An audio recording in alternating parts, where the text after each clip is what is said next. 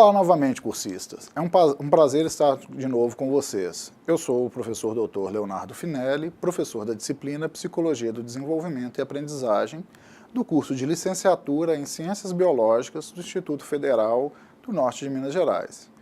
Eu estou aqui para darmos sequência com o nosso curso com a aula 2, ou semana 2 do curso.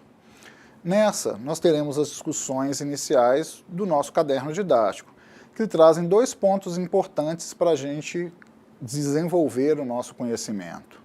O primeiro é a discussão sobre o que é o desenvolvimento humano, e assim sua definição enquanto campo de estudo. E o segundo contempla a apresentação de alguns modelos teóricos da psicologia, que nós já estudamos no semestre anterior, mas agora voltando-se para suas contribuições para o estudo do desenvolvimento humano.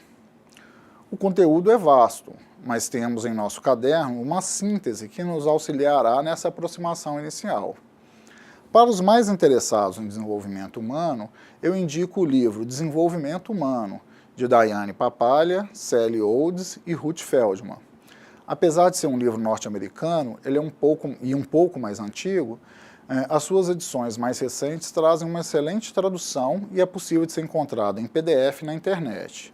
É um livro grande, com umas 800 páginas, que é pensado para um curso com cerca de 300 horas, o que nós temos aqui, mas que fica a dica para que vocês possam usá-lo como consulta complementar. Posto isso, vamos voltar então para a nossa apresentação, que contempla a discussão que nós temos de uma forma resumida no nosso caderno didático. Então, estamos na disciplina Psicologia do Desenvolvimento e Aprendizagem, no curso de Licenciatura em Ciências Biológicas. A Psicologia do Desenvolvimento, então, tem o propósito de discutir questões sobre os fundamentos psicológicos, os campos norteadores da ação psicopedagógica, a concepção do desenvolvimento, as teorias e os processos básicos do desenvolvimento humano, as bases fisiológicas do comportamento humano e também discutir sobre o desenvolvimento do juízo moral na criança e no adolescente. Então vejam que é um conteúdo vasto, bastante amplo e que vamos ter que sintetizar na carga horária do nosso curso. Para se estudar o desenvolvimento humano, deve-se começar com um entendimento da unidade dialética entre as duas linhas radicalmente distintas, a biologia e a cultura. E para que isso aconteça adequadamente, é necessário buscar conhecer estes dois componentes e as leis que governam seus entrelaçamentos a cada estágio do desenvolvimento. É importante a gente entender que, enquanto seres biológicos, e daí uma grande preocupação no nosso curso, nós, seres humanos, somos como os demais animais. Nós precisamos nos alimentar, nós precisamos respirar, nós precisamos dormir, nós precisamos excretar. E isso determina uma base biológica do nosso funcionamento. Além disso, nós somos constituídos por gametas que recebemos dos nossos pais. Isso nos propicia, então, com um conjunto ímpar de características ou de componentes genéticos que determinam sobremaneira a forma com a qual a gente vai se desenvolver ao longo da vida. Não obstante, diferente dos demais animais, nós somos seres que estão imersos em cultura. Isso quer dizer que o lugar onde nós nascemos, o lugar onde nós vivemos, a maneira como nós nos relacionamos com as outras pessoas, determina também a forma do nosso processo de amadurecimento, do nosso processo de desenvolvimento humano. Só para ilustrar, pensem num exemplo. Vocês já viram, por exemplo, uma vaca no pasto, alguma vez, discutindo com o seu filhote sobre o que ela deve ou não fazer, sobre o que é adequado ou não para essa vaquinha, para esse bezerro comer? Provavelmente não. Mas vocês vão ver o tempo todo os pais ou as mães educando os seus filhos sobre como se comportar, por exemplo, no ambiente escolar, ou se comportar à mesa, ou se comportar com seus familiares. Então, nós temos o componente biológico, como seres, como animais que somos, que determinam as nossas características, mas também um componente cultural que determina a forma de nós nos desenvolvermos, que estabelece aí um conjunto de juízo de valores sobre aqueles elementos que vão ser considerados mais ou menos adequados para o nosso convívio em sociedade. Várias são as mudanças que ocorrem com o ser humano, desde a sua concepção até a morte. Não obstante, do nascimento até a adolescência, acontecem as maiores transformações no desenvolvimento humano. Então, como eu havia iniciado na aula anterior, pensar em desenvolvimento é pensar em toda essa discussão de um indivíduo ou de um organismo que nasce, cresce, eventualmente se reproduz e morre. Então, um ciclo vital contempla todas essas etapas. Mas para o nosso foco na licenciatura em Ciências Biológicas, nós vamos trabalhar meramente com a infância, com o nascimento, a infância e a adolescência. Isso porque o nosso público principal vão ser esses indivíduos. Além disso, é importante salientar que as principais mudanças, principalmente as mudanças com maior influência biológica, se dão nessa etapa do desenvolvimento. Pensem comigo, um bebezinho nasce com cerca de 50 centímetros e cerca de 3,5 kg. Aos 10 anos de idade, ele já é uma criança que tem ali em torno de 1,5 m e que vai pesar ali algo em torno de 10 a 15 quilos. Isso porque temos várias mudanças que se processaram e o processo de maturação, o processo de desenvolvimento se deu de uma maneira muito acelerada. Então, o início da vida, ele se dá com esse processo de maturação muito acelerado. Pensem que antes de nascer, esse bebezinho eram duas células, dois gametas dos seus pais que se fundiram para formar um óvulo e que em 9 meses de gestação se organizaram em termos de multiplicação celular nesse organismo de 50 centímetros e cerca de 3,5 kg. Então, isso é uma característica que nos faz, seres humanos, diferentes dos demais animais, porque o nosso processo de maturação intrauterina, ele é limitado. Um bebê nasce extremamente frágil e por isso ele se torna tão dependente da cultura, tão dependente do grupo social no qual ele está inserido, para que ele seja amamentado, para que ele seja cuidado, para que ele se desenvolva. Vou tentar de novo fazer uma analogia com uma vaca. Vocês já viram uma vaca nascendo? Ou um filhote de qualquer outro animal, cachorro ou gato? Normalmente são muito parecidos. No momento do parto, no momento do nascimento, o filhote cai pelo chão, a mãe se deita ou o filhote cai pelo chão, a vaca vai lá, dá 2 cabeçadas, 2 lambidas no bezerro, ele levanta e vai mamar. O filhote de cachorro recebe uma lambida e ele se arrasta e vai mamar. O filhote de gato de modo similar. Eles são bem adaptados, apesar de ainda pequenos, para lidar com o ambiente. O filhote de vaca ele já nasce, levanta e sai andando. Um bebê humano leva cerca de 1 a 2 anos para conseguir se comunicar e conseguir lidar com o ambiente. Ficar de pé, caminhar, pegar um objeto e comer sozinho. Isso quando o objeto, o alimento, é ofertado com facilidade para ele. Então, voltando para a nossa apresentação, isso não quer dizer, então, que na vida adulta e na velhice não ocorram mudanças.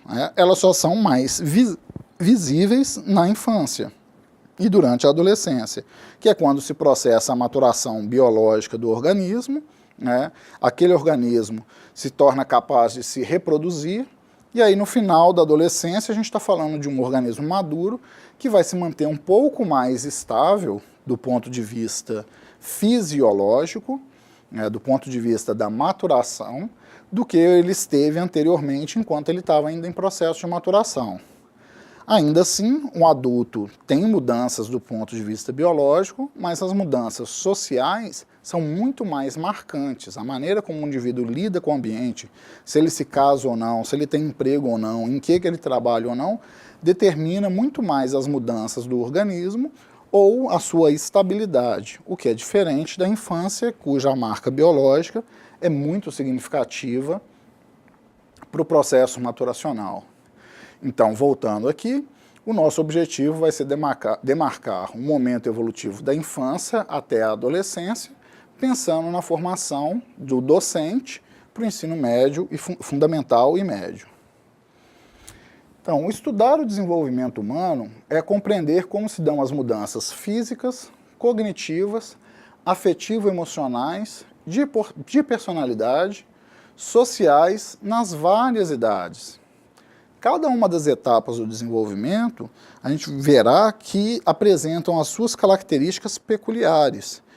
As pesquisas são realizadas com grupos médios populacionais, então é possível que vocês verifiquem, na hora que estiver fazendo a leitura do material, que, por exemplo, uma criança nasce com cerca de 50 centímetros e 3,5 kg. Ah, mas o filho da minha vizinha nasceu com 40 centímetros pesando 2 quilos. Ok, isso ainda é considerado normal. Ele está abaixo da média, mas ainda é considerado normal. Por outro lado, se ele nasce ali com 35 centímetros pesando menos de 1,5 kg, a gente vai ter que provavelmente colocar essa criança numa incubadora, num CTI, para que ela consiga ter uma sobrevida fora do ambiente intrauterino e consiga se amadurecer ou se desenvolver. Ou seja, existem variações no entorno da média populacional, das descrições que vocês vão achar no livro ou na literatura, que são médias populacionais, que são considerados normais. Se elas discrepam demais dessas médias, aí a gente começa a pensar em variações que são anormais ou atípicas, não normais, não típicas, que são patológicas, que são doenças e que precisam ser compensadas durante o processo de desenvolvimento. Então, se a gente vai entender que existem essas várias mudanças nos vários aspectos, é preciso também entender que elas variam de acordo com as culturas e com os grupos de uma mesma cultura, assim como num tempo histórico. Como assim? Pensem, por exemplo, no início da vida dos seus avós, quando eles eram crianças. Não existia, ou já existia energia elétrica, mas a maior parte deles não tinha acesso à energia elétrica. Muito provavelmente a maior parte deles não tinha televisão. E com certeza nenhum deles tinha celular. Hoje as crianças já nascem num ambiente que tem todos esses recursos e muito rapidamente elas aprendem a operar esses recursos, por exemplo, da tecnologia. Eu estou falando aí de uma variação histórica que cria a possibilidade de acesso ou não a recursos que vão possibilitar uma maior ou menor estimulação de cada indivíduo, de cada organismo, para que ele se desenvolva mais rapidamente ou mais lentamente. Quando a gente pensa, então, sobre as teorias sobre o desenvolvimento ao longo do ciclo vital, é importante entender que o campo do desenvolvimento humano constitui-se como um estudo científico das mudanças ocorridas com os seres humanos, bem como das características que permanecem razoavelmente estáveis ao longo da vida. Por exemplo, só para ilustrar um marco desenvolvimental, no entorno de 6 anos, as crianças trocam os dentes de leite, os primeiros dentes, com dentes de leite, para dentes permanentes. Isso é um marco biológico, etário, que acontece nas mais diversas culturas. Você não tem um grupo cultural que as crianças trocam os dentes mais rapidamente, mais precocemente ou mais tardiamente. Por quê? Porque essa mudança ela está grandemente associada ao elemento de maturação biológica. Por outro lado, quanto ao acesso ao ensino, ao acesso à educação, nós vimos recentemente, provavelmente vocês lidaram com isso, uma transição nos marcos escolares com um incremento de 8 para 9 anos de ensino fundamental. Então a gente ampliou mais um ano de escolarização do ensino fundamental e essa mudança, que é uma mudança social, é uma mudança cultural, ela se deu em função do processo de maturação, de uma tendência secular, que a gente chama isso, de que as crianças têm amadurecido do ponto de vista cognitivo mais rapidamente do que elas amadureciam no passado. Isso porque essas crianças são mais estimuladas ao longo da vida, ao longo do seu processo de infância, avançar aí até os 5, 6 anos, elas amadurecem mais rapidamente porque elas são mais estimuladas. Têm acesso à televisão, à rádio, à internet, etc. Então, estudar o desenvolvimento humano significa conhecer toda a história desse organismo, desde o seu nascimento, ou mesmo antes dele, considerando, por exemplo, a fase de concepção e a fase da vida intrauterina, até a sua morte. Por que a fase da concepção e a fase da vida intrauterina? Pensem, por exemplo, num casal de jovens adultos que se casam, os dois têm empregos estáveis, têm uma renda considerável, se organizam e se planejam para ter um filho. Eles fazem uma economia, têm uma casa, seja ela própria ou alugada, mas tem uma moradia estável, têm acesso aos recursos, têm alimentação, se programam, começam a montar um enxoval para a chegada de um bebê.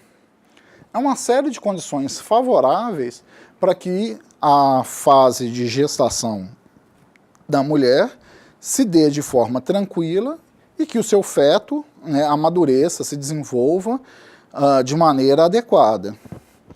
O análogo também pode acontecer. Por exemplo, uma jovem adolescente de 12 anos se encanta por um rapaz de 15 usuário de crack. A chance desses dois engravidarem existe. Desse casal jovem engravidar, ela existe. E não adianta a gente ser ingênuo ou púdico de pensar que não, que isso é impossível, porque a gente vê isso acontecendo ao nosso redor. Só que a probabilidade dessa gestação, dessa menina de 12 anos, que se enamorou por um rapaz usuário de crack de 15 anos, muito provavelmente não vai ser na mesma condição do que aquela mulher anteriormente citada, que é casada num ambiente estável. Vai ter briga no grupo familiar, é provável que exista dificuldades financeiras, é provável que existam dificuldades afetivas, né? Então esses elementos impactam na gestação. Além disso, como essa menina tem 12 anos, o seu organismo, do ponto de vista biológico, já se tornou maduro, né? Ela ovula, então ela pode engravidar, né? Nesse caso ela engravidou. Mas isso não quer dizer que ela está no seu momento ideal para gerar esse filho. O seu organismo ainda está em fase de desenvolvimento. E porque ela ainda não amadureceu completamente, ela vai ter mais dificuldades, tanto para o desenvolvimento do feto, né, o crescimento da barriga, quanto para o nascimento, para o parto desse bebê. Do ponto de vista social, dificilmente esse casal vai ter uma moradia estável, ou vão ter uma moradia estável. Muito provavelmente ambos vivem com seus respectivos pais. Dificilmente os grupos familiares vão autorizar que esse casal viva junto, ou bancar para esse casal de jovens uma casa para eles viverem juntos. Além disso, muito comum os avós da menina assumirem o cuidado desse neto. Então vejam que todos esses elementos criam uma condição aí de concepção e de gestação, né, de vida intrauterina, menos favoráveis para o desenvolvimento desse feto.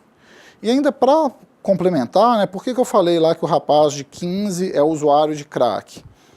Uma pessoa que é usuária de crack, ou álcool, ou tabaco, ou outra substância de forma crônica, normalmente não tem uma saúde exemplar, não tem a sua melhor qualidade de vida. E isso é transmitido para os seus gametas, que são produzidos no seu corpo, que vão ser repassados para a gestação, né, para a geração dessa nova vida. Então, além da gente pensar que já está ocorrendo aí uma situação atípica e que pode ser considerada desagradável de uma jovem de 12 anos ficar grávida, ainda tem um risco de, porque esse pai também é uma criança, né, já um adolescente, e que é adicto, né, usuário compulsivo de crack, que ele tem oferecido gametas de baixa qualidade e que venha a gerar, então, um feto que já nasça com problemas, ou que já comece a se desenvolver com problemas. Então, por exemplo, as síndromes fetais de adicção, o bebê nasce já com dependência, são casos graves que acometem crianças. Então, esse indivíduo que nasceu já com essas condições sociais e biológicas desfavoráveis, dificilmente vai ter o mesmo desenvolvimento ou a mesma qualidade de desenvolvimento que aquele outro do exemplo anterior, que um casal, jovem adulto, estável, casado, que se apoiam, vão ter para gerar uma vida. Então, além de pensar no desenvolvimento da concepção até a morte, é preciso que a gente compreenda o que ocorre a cada idade e o que caracteriza cada fase. Então, nesse sentido, a gente entende que o estudo é caracterizado por um pluralismo teórico. Quer dizer, não há somente uma única teoria universalmente aceita ou uma única explicação universalmente aceita para os fenômenos do desenvolvimento. Isso porque, como a gente já viu no semestre anterior, cada proposta teórica é uma tentativa de explicação de um conjunto de fenômenos do ambiente a partir do prisma, da lente, da percepção do pesquisador que a propõe. Então, a gente está falando de uma noção de epistemologia que determina um marco teórico, que determina um modelo teórico, que é um conjunto de crenças de como acontecem os fenômenos ao nosso redor. Ou seja, não dá para pensar que só existe uma única verdade universal em termos de desenvolvimento e que todas as demais estão equivocadas. Então, nesse sentido, é importante entender que o estudo do desenvolvimento, que é transversal, assuma essa característica pluriteórica.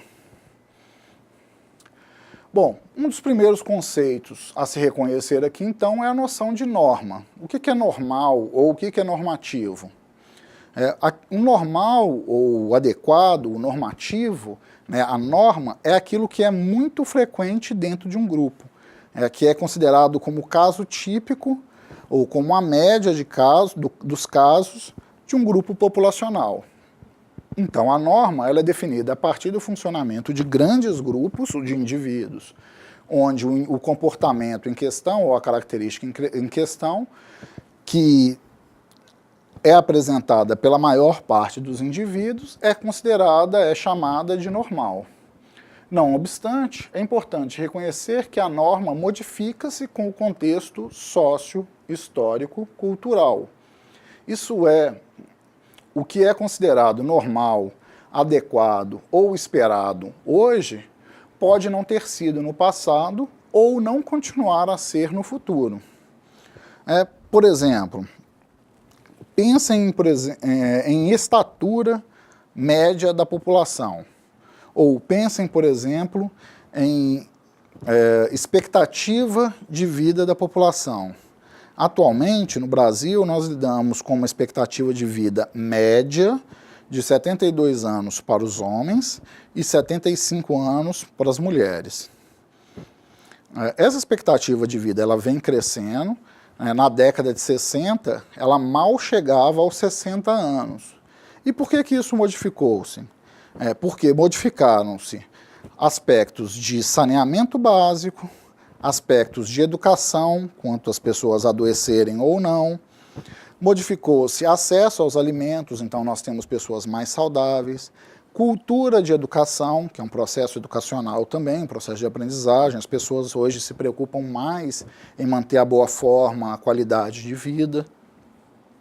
Acesso à saúde. Perguntem aos seus avós como é que eram na vida deles quando eles eram crianças, se alguém se machucava, se alguém, sei lá, caísse da árvore e quebrasse um braço. Era difícil o acesso a um hospital, era difícil o acesso a um tratamento, era raro conseguir fazer uma cirurgia. Hoje, mesmo com todas as limitações, mesmo com todas as dificuldades que nós temos, por exemplo, no Sistema Único de Saúde, existem plantões, existem emergências e o acesso é mais rápido. Além disso, mudou a tecnologia e você consegue fazer intervenções mais eficientes e mais rápidas. Então, o que é considerado como média, o que é considerado como norma, por exemplo, pensando agora na faixa etária, né, ou na expectativa de vida, modifica-se em função dessas características do ambiente histórico e do ambiente cultural. Falando da expectativa de vida, ela aumentou. Falando, por exemplo, em mortalidade infantil, ela diminuiu. Mortalidade infantil é considerada a partir do número de crianças que nascem mortas ou que morrem até completar o primeiro ano de vida. E por que esse número diminuiu? Porque tem mais acesso à saúde, porque as mulheres fazem agora acompanhamento pré-natal. Todas? Não, mas a maior parte, sim. Tem SUS, tem ESF, que elas conseguem fazer algum tipo de acompanhamento. Mesmo as que moram em zonas rurais, ou mesmo as que têm condições socioeconômicas mais limitadas, conseguem algum tipo de assistência à saúde. São muito mais raros agora os casos de nascimento, por exemplo, com parteiras, e muito mais típicos os nascimentos em hospitais.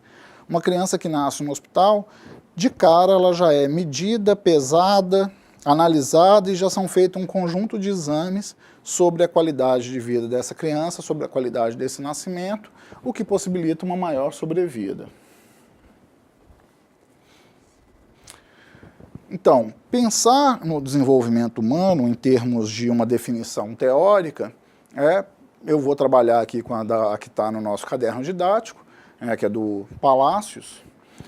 Dedica-se, então, o desenvolvimento humano dedica-se a compreender as mudanças relacionadas com a idade ou ao período de vida em que a pessoa se encontra, já que as mudanças estudadas estão matizadas pelo momento que ocorrem, mostrando frequentemente uma estreita dependência em relação à etapa de vida que se estiver analisando.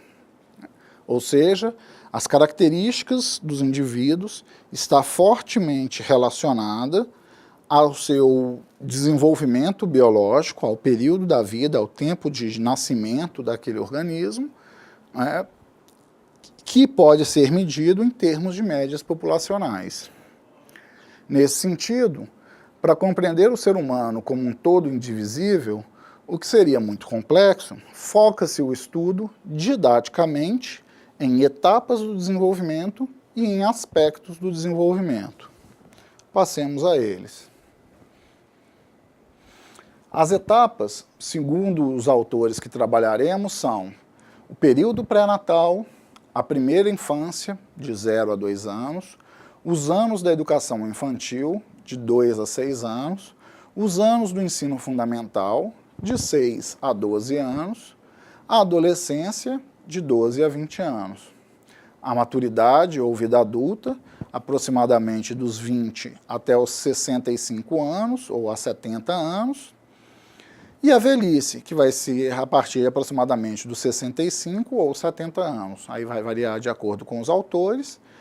Vejam que esse é um marco que se estabeleceu em função das idades e que foi nomeado por um conjunto de autores e que é razoavelmente bem reconhecido. Se vocês procurarem outros autores, se vocês pegarem, por exemplo, o livro da Papalha que eu citei mais cedo, vocês vão achar outros marcos etários, que não devem diferir muito desses, mas que, em função da maneira como os autores organizam, podem ter uma pequena variação aí entre um ou outro ano da faixa etária e como vai ser nomeada o período etário.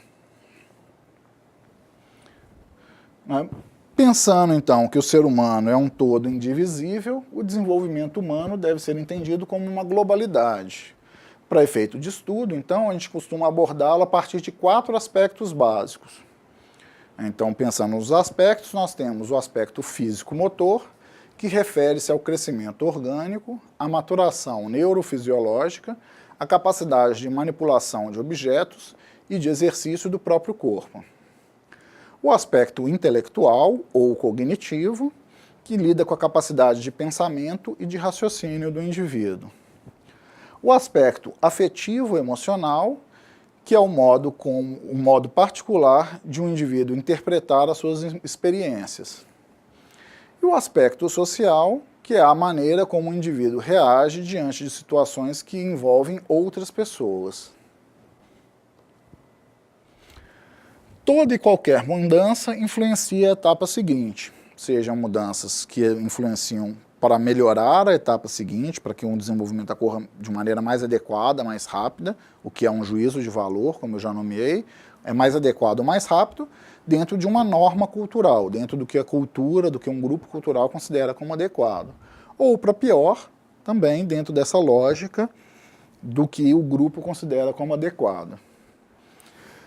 Normalmente, as mudanças se associam a dois grandes aspectos. Primeiro, a maturação do organismo, ou a maturação biológica, como eu já venho elencando, e o segundo, a adaptação do organismo ao meio ambiente no qual se insere, ou seja, o aspecto da cultura.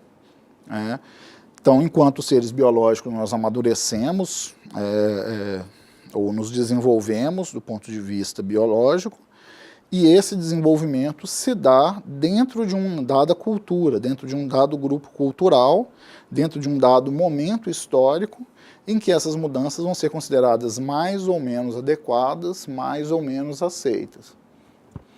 A maturação, então, segue uma sequência que será mais fixa e previsível quanto mais próximos estivermos dos anos iniciais da vida, porque ela depende necessariamente do aspecto biológico, da composição genética, ou das características herdadas do organismo.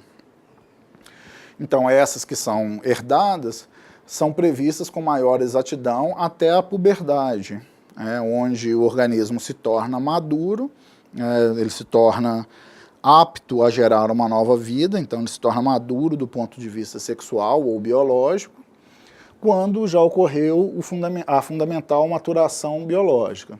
E aí transforma-se o corpo infantil em um corpo adulto, ou seja, um corpo que é capaz de gerar uma nova vida.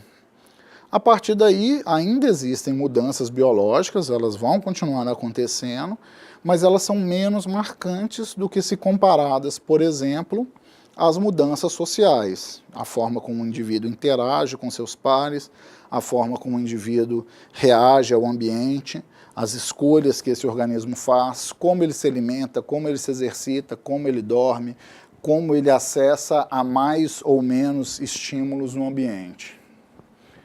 Então, como eu dito anteriormente, o desenvolvimento depende de dois grandes fatores. A maturação, que é um processo biológico, e lida com o aspecto inato do desenvolvimento, referindo-se ao crescimento de células, tecidos, músculos e órgãos. E o aspecto ambiental, que engloba todas as experiências vividas pela criança e oriundas do meio circundante, como a alimentação, as doenças, a educação, a influência dos pais, a cultura, o acesso à estimulação, o acesso aos elementos da cultura e por aí vai. Então, pensando nas principais teorias do desenvolvimento humano, como eu falei mais cedo, há vários modelos teóricos que, de modo interdisciplinar, mas com suas distinções epistemológicas, explicam o desenvolvimento humano. Então, por exemplo, para ilustrar com alguns, o desenvolvimento da escola behaviorista ou da escola comportamental tem como base a ideia de que a conduta surge e se molda por meio da experiência, compartilhando uma série de postulados básicos das posições mecanicistas em que a aprendizagem é independente da espécie, idade, circunstâncias ou momento histórico. Ou seja, para os comportamentalistas, ou para os behavioristas, o processo de desenvolvimento ele é eminentemente comportamental e independe da espécie, idade ou circunstâncias ou momento histórico. Ela depende eminentemente de como o organismo lida com o meio. Isso foi assim quando os comportamentalistas começaram a discutir o desenvolvimento, mas nas décadas de 50 e 60 do século passado, os comportamentalistas também começam a se interessar pela aprendizagem social, especificamente a aprendizagem social humana, assumindo as ideias que remetem à psicologia evolutiva que nós temos hoje na contemporaneidade.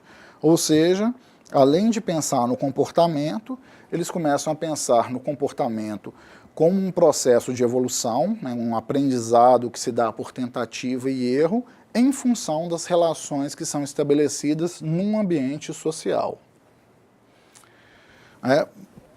De maneira diferente, na Europa, a gente tem o trabalho da Gestalt, que se deu através dos estudos de percepção e que formulavam ideias de que a compreensão da conduta infantil só poderia ter sido, ou ter sentido, desculpem, se o contexto fosse levado em conta, já que a conduta é uma totalidade que não pode ser fragmentada. Então, para os gestaltistas, que trabalham com a psicologia da forma, que trabalham com a ideia da integração da percepção, entende que a maturação infantil só faz sentido, né, ela só se promove, ela só se dá de uma maneira organizada quando a gente leva em consideração o contexto em que essa criança está inserida, visto que não dá para dissociar, como os comportamentalistas fazem, o comportamento do ambiente.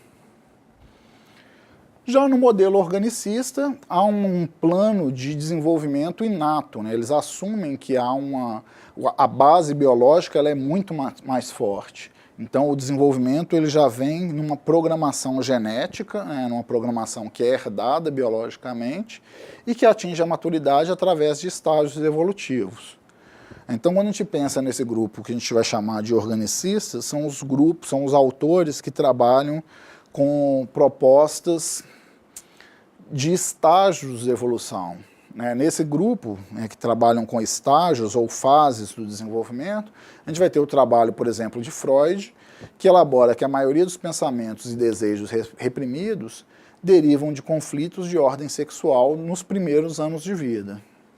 Para Freud, a sexualidade é colocada no centro da vida psíquica e, diferentemente do que se passava na época, que era muito puritana, a função sexual existia desde o princípio da vida e não só na puberdade. Então, as crianças têm uma pulsão que ele vai nomear como pulsão sexual já desde o início da vida. As maneiras como elas lidam com essas pulsões não é pelo coito, como nós temos, por exemplo, no final da adolescência, ou na adolescência, ou na vida adulta, mas outras formas de manifestação dessa pulsão sexual e os traumas associados a esse lidar com essas pulsões sexuais promove aí para Freud os grandes elementos, os grandes conflitos da vida psíquica e que vai levar a um desenvolvimento melhor ou pior, mais ou menos adequado, do adolescente, do adulto ou no avançar ao longo da vida desse indivíduo. Então, Freud formula um processo de desenvolvimento que ele chama de psicossexual, que conta com o início nos primeiros, que inicia-se nos primeiros anos de vida com a função sexual ligada à sobrevivência, de forma que a criança obtém prazer eminentemente no próprio corpo. Então ele fala de desenvolvimento nomeado por fases, então ele vai falar ali de 5 fases, são 4 fases propriamente ditas, mas que a gente vai ver aqui como 5, que ele chama de fase oral, que é do nascimento até cerca de 1 ano de idade, onde a criança obtém prazer quando estimulada pela boca. A fase anal, de 1 a 3 anos de idade, quando a criança começa a ter um controle dos esfíncteres e ela começa então a exercer controle sobre o seu mundo, quando ela começa a, por exemplo, pedir para fazer cocô e não fazer cocô na calça, e isso lhe promove um grande prazer e uma maneira de lidar com o mundo. A fase fálica, dos 3 aos 5 anos, quando as crianças começam a se tocar de que existem diferenças anatômicas entre meninos e meninas, entre homens e mulheres, com o reconhecimento ou não, com o reconhecimento da presença ou ausência de um pênis, que é um elemento fálico determinante das relações desse indivíduo, da orientação da pulsão desse indivíduo. E aí ele fala que há um período de latência, que ele não chama de fase, mas um intervalo ali, depois do momento que a criança tem essa consciência, entre os 5, 6 anos de idade até a puberdade, em que esses elementos sexuais são remetidos a um segundo plano em função do processo de maturação, porque a criança ainda não está com a maturação sexual completa, logo ela não consegue direcionar essa libido, essa energia vital, para outras zonas erógenas, né? Então ela se mantém ainda nessa preocupação de quem manda ou quem não manda, porque se tem ou não esse falo. E aí, por fim, né, a quarta fase, ou o quinto período, que ele nomeia de fase genital, que se dá a partir da puberdade, quando há a maturação dos caracteres sexuais, e aí esse organismo começa a obter prazer, não mais no seu próprio corpo, mas em um objeto externo ao indivíduo, quando ele começa a relacionar a ideia do coito e de que ele obtém prazer estimulado por um elemento externo a seu corpo. Todas essas fases correspondem a formas de satisfação da pulsão sexual, através da obtenção do prazer com a primazia de uma dessas zonas erógenas, né? Então, fase oral a boca, fase anal o ânus, fase fálica os genitais, mas com uma percepção internalizada, e depois a fase genital ainda se mantém os genitais, mas com uma pulsão que é direcionada ao mundo externo. Já Piaget, né, por sua vez, elabora uma teoria do desenvolvimento cognitivo. Então, ele também é organicista, ele também trabalha com fases do desenvolvimento, semelhante a Freud, mas Freud elenca que a grande mobilização se dá em função dessa energia sexual, dessa pulsão, dessa libido. Já Piaget ele entende que as mudanças mais significativas no organismo se dão em função de um desenvolvimento cognitivo, né, de como que o organismo pensa, de como ele organiza o seu pensamento, de como esse pensamento possibilita que ele lide com o mundo. Então, esse modelo também é reconhecido como epistemologia genética, e que assume, né, ou que acredita nas mudanças evolutivas com um caráter universal da espécie, porque elas correspondem às características que fazem parte do organismo com o qual a espécie nasce e obedece mais ou menos uma mesma ordem sequencial de desenvolvimento. A teoria de Piaget, então, se divide em 4 estágios de desenvolvimento, o que ele nomeia de estágio sensório-motor, do nascimento até 2 anos de idade, onde a criança, né, o processo de pensamento lida com uma grande necessidade de estimulação sensorial, a criança leva tudo à boca, a criança quer tocar, quer pegar, quer cheirar, quer morder, né? Então ela quer conhecer, ela é estimulada porque ela recebe influências do mundo externo que ela está apreendendo, reconhecendo, internalizando. Depois, um segundo estágio, o estágio do pensamento pré-operacional, que ele vai elencar ali mais ou menos dos 2 aos 7 anos de idade, onde a criança ainda não tem uma capacidade de um pensamento operacional completo, por isso é nomeado de pré-operacional. Então ela começa a desenvolver noções de conceitos, de forma, de número, de tamanho, mas ainda não consegue lidar com isso de maneira muito clara, muito precisa, muito exata. Mas ela já começa a desenvolver essas noções, então mais do que se estimular sensorialmente, ela começa a pensar sobre o mundo. Nessa fase, por exemplo, as crianças fantasiam muito, criam os amigos imaginários, contam histórias, então elas fantasiam muito. Depois vem o estágio operacional, dos 7 aos 11 anos, então é operacional porque ele lida com as operações formais, né? Então os conceitos agora, as grandezas, volume, tempo, quantidade, são todos conceitos que a criança já consegue lidar de maneira mais clara, né? Ela consegue lidar com as operações matemáticas e aritméticas de maneira considerável. Então não adianta ficar tentando ensinar muitos princípios matemáticos antes dos 7 anos para as crianças, porque elas têm dificuldade de trabalhar com esse conceito, porque não tem um número dentro da cabeça dela, claramente estabelecido. E para vocês, né, futuros professores de ciências ou de biologia, pensar que antes dos 7 anos, dificilmente as crianças vão conseguir internalizar conceitos. Como assim? explicações são dadas em função, por exemplo, das perguntas dessas crianças e elas vão responder com "ah, sei, entendi". Não porque realmente ela tem entendido, mas porque ela compreende que foi dada uma explicação, né, foi-lhe oferecida uma explicação que, como o adulto apresentou de maneira convicta, ela aceita como adequada. A partir dos 7 anos, no estágio operacional, quando ela começa a entrar na fase dos porquês, então ela não mais meramente aceita a resposta dada pelo adulto. Então agora ela começa a demandar o desenvolvimento do raciocínio que aquele adulto está explicando para ela. Então, quando ela apresenta uma pergunta, o adulto oferece uma resposta simplória e essa criança começa a entrar na fase dos porquês e entrar com os muitos porquês, é porque ela está ela está se desenvolvendo cognitivamente, ela está criando aqueles conceitos, relacionando, construindo imagens mentais de objetos concretos que ela pode lidar para formular as ideias, ou para formular a sua cognição.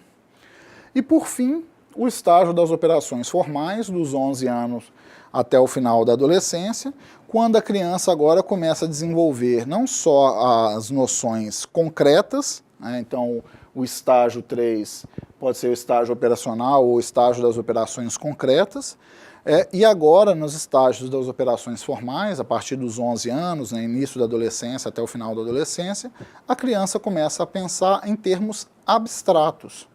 Então, por exemplo, conceitos como amor, como gostar, como saudades, que mesmo antes a criança nomeava, ela nomeava por uma repetição do adulto. Ela tinha dificuldade de compreender, porque são conceitos abstratos, que o seu cérebro não é maduro o suficiente para elaborar esse conceito.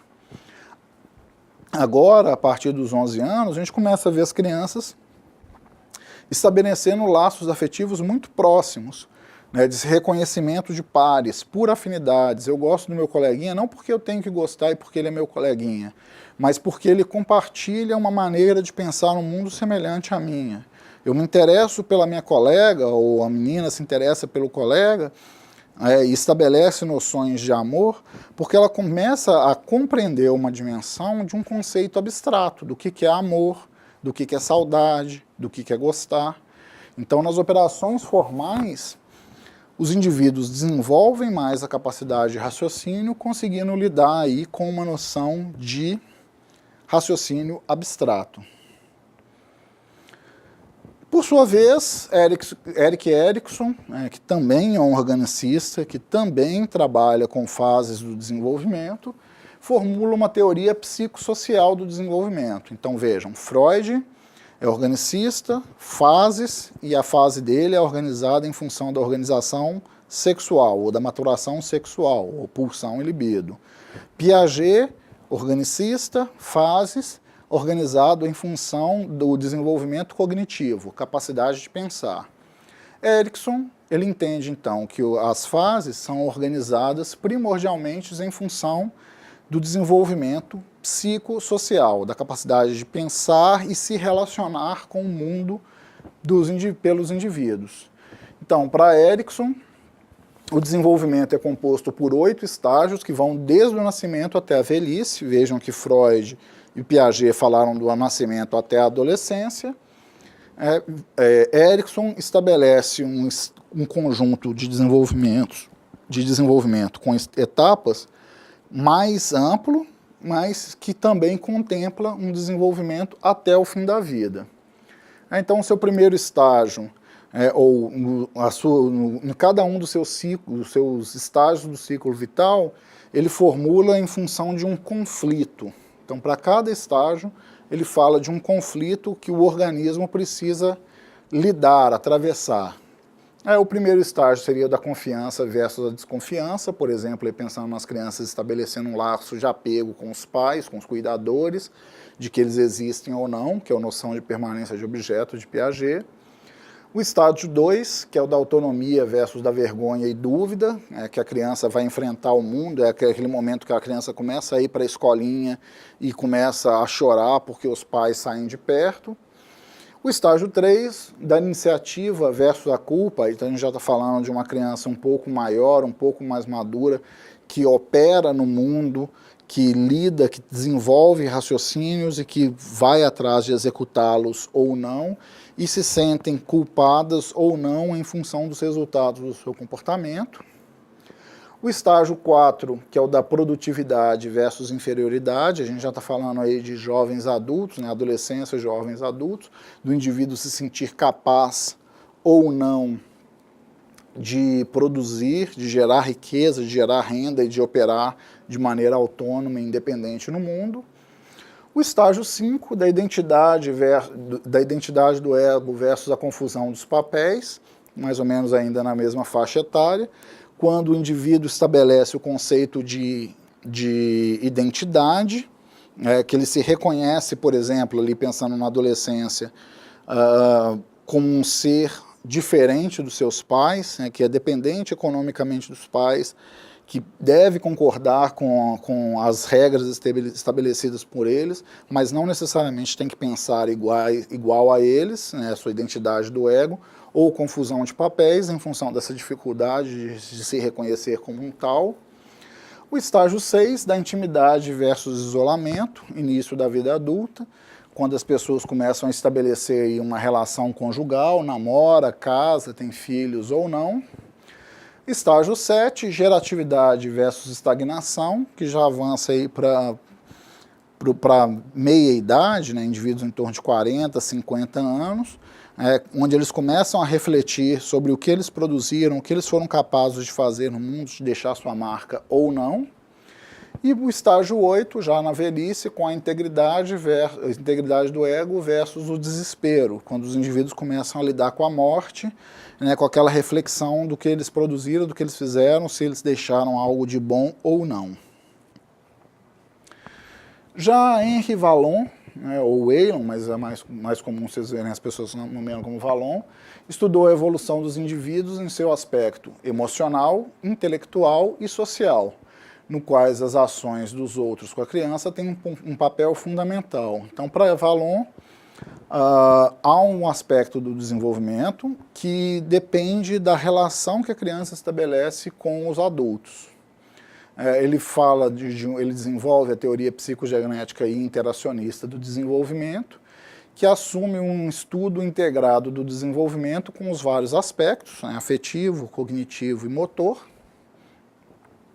E para ele, o desenvolvimento das dimensões motora e afetiva ocorrem com o desenvolvimento das funções psicológicas superiores. Ou seja, ele se assemelha à lógica de Piaget, a inteligência surge depois da afetividade e é a partir das condições do desenvolvimento motor. Ou seja, a criança precisa pensar sobre, lidar com o mundo, lidar com os pares e operar nesse mundo, executar para que a coisa dê certo.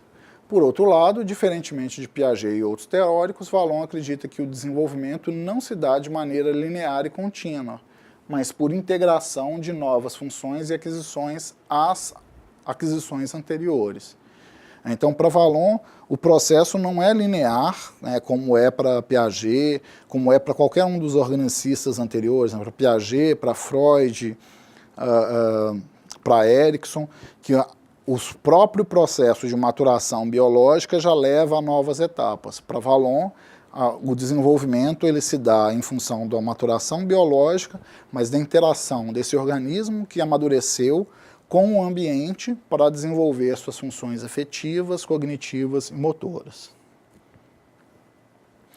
Um outro pesquisador importante sobre o desenvolvimento é Levi Vygotsky, que era um russo, então a teoria dele ficou muitos anos sem ser conhecida, ele produziu no início do século passado, mas em função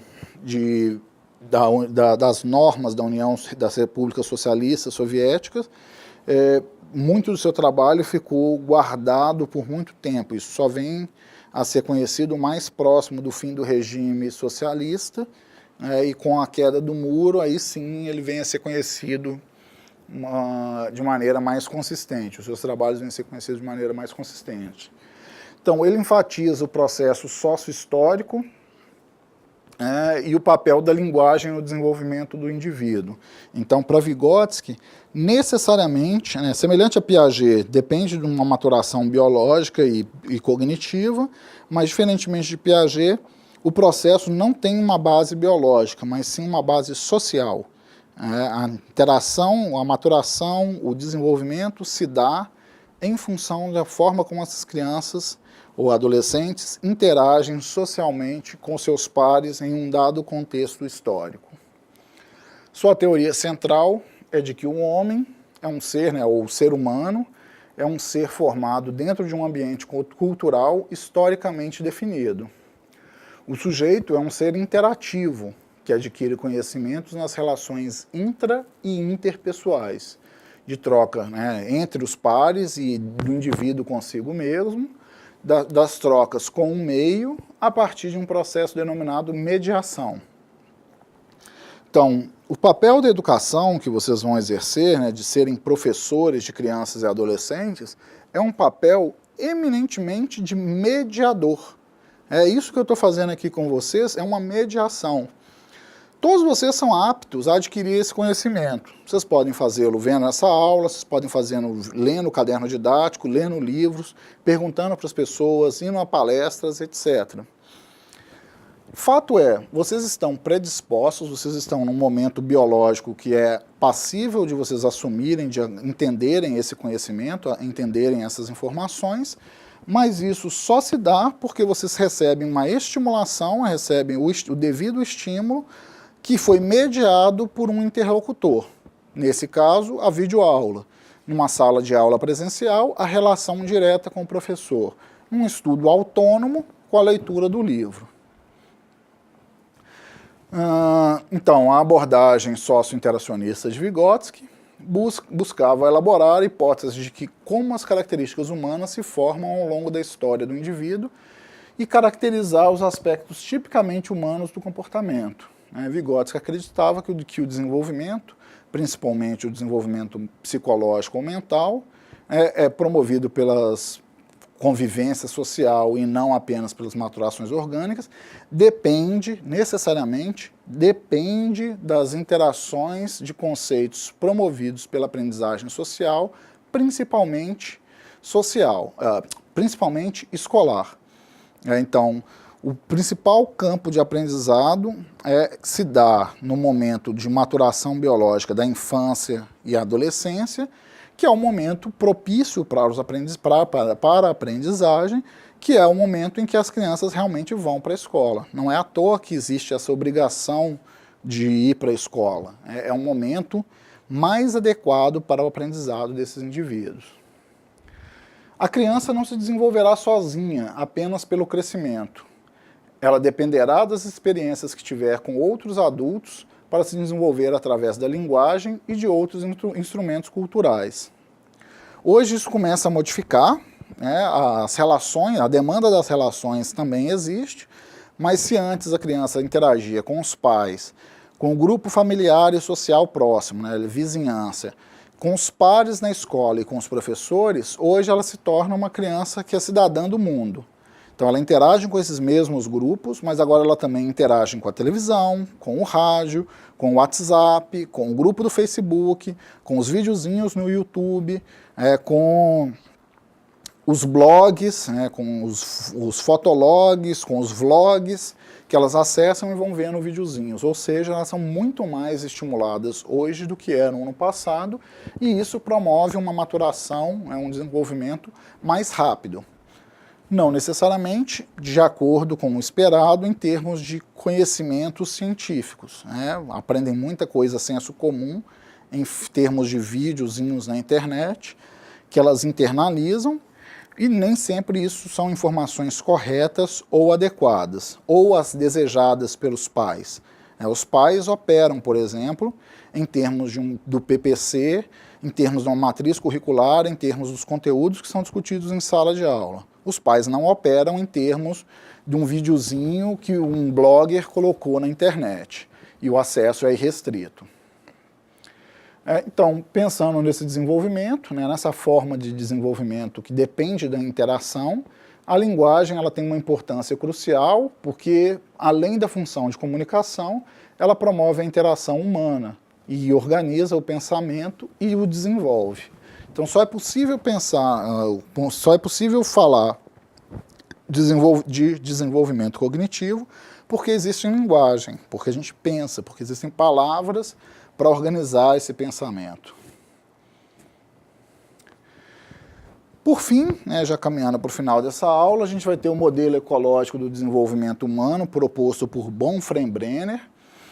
Esse é um nome difícil mesmo, Bronfenbrenner, que inclui uma nova forma de olhar as propriedades da pessoa em desenvolvimento, pois reforça a ênfase nas características biopsicológicas da pessoa em desenvolvimento.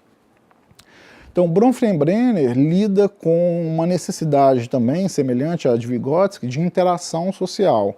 E ele organiza essas formas, ou ele sistematiza como se dão essas formas de interação social, reconhecendo aquelas que são mais ou menos importantes, que exercem mais ou menos influência no processo de maturação do organismo. Então ele lida com o construto teórico de processos proximais, entendido, então esses processos proximais são formas particulares de interação entre o organismo e o ambiente, que operam ao longo do tempo e compreendem os primeiros mecanismos que produzem o desenvolvimento humano. No modelo bioecológico, são representados 4 aspectos multidirecionais que são interrelacionados, que são designados como o modelo PPCT, modelo da pessoa, processo, contexto e tempo. Pessoa reconhecendo o indivíduo como um ser biológico que está ali em interação, o processo lida com o que esse organismo faz, se ele vai ou não à escola, se ele trabalha ou não, o que ele deseja, o que ele almeja, o que ele se dispõe a fazer. O contexto diz da relação que ele estabelece com seus pares, na família, nas rodas de convivência, com os amigos, etc. E o tempo diz de um processo de maturação biológica e do tempo que leva para executar realmente esses processos. Então, essa maneira de entender as relações do desenvolvimento a partir do PPCT estabelecem a forma das relações do indivíduo consigo e com os grupos no qual ele está em interação. A abordagem ecológica, então, privilegia estudos em desenvolvimento de forma contextualizada e em ambientes naturais. O indivíduo, então, é afetado por diferentes sistemas. E aí a grande sacada dele, ele nomeia como microsistema, que é o ambiente imediato onde vive a pessoa, a casa, a creche, a escola. O mesosistema, que seria formado pela interligação dos microsistemas entre si, então um ambiente um pouco maior ali do que o do indivíduo. O exossistema, que são todas as influências externas que afetam a criança, os pais e a sua família. Então a gente está pensando em uma lógica de governo, de sociedade, etc. E o macrosistema, composto por todas as características históricas, políticas e culturais que afetam todos os sistemas mencionados. Então é a noção de uma cultura, por exemplo, o Brasil. Então, todos esses sistemas estão interligados, promovendo uma visão que permita a análise do comportamento que não se dê de forma fragmentada ou microscópica, ou seja, focado em um ou outro aspecto, como a escola, a família, etc., mas que contemplam uma percepção macro da relação de todos esses aspectos entre si. Essa abordagem é um avanço na visão dos múltiplos fatores que influenciam o desenvolvimento humano. Bom, eu acho que por hoje é isso. Eu sugiro que vocês continuem a leitura do material no caderno didático e com as discussões no fórum. Lembrem-se de postar suas dúvidas no chat Fale com o Tutor ou nos fóruns. Assim, vocês terão respostas rápidas e compreensivas que, com certeza, auxiliarão em sua formação como docente. Eu estimo sucesso a todos, continuem acessando o AVA e realizando suas atividades. Um grande abraço e sucesso para vocês.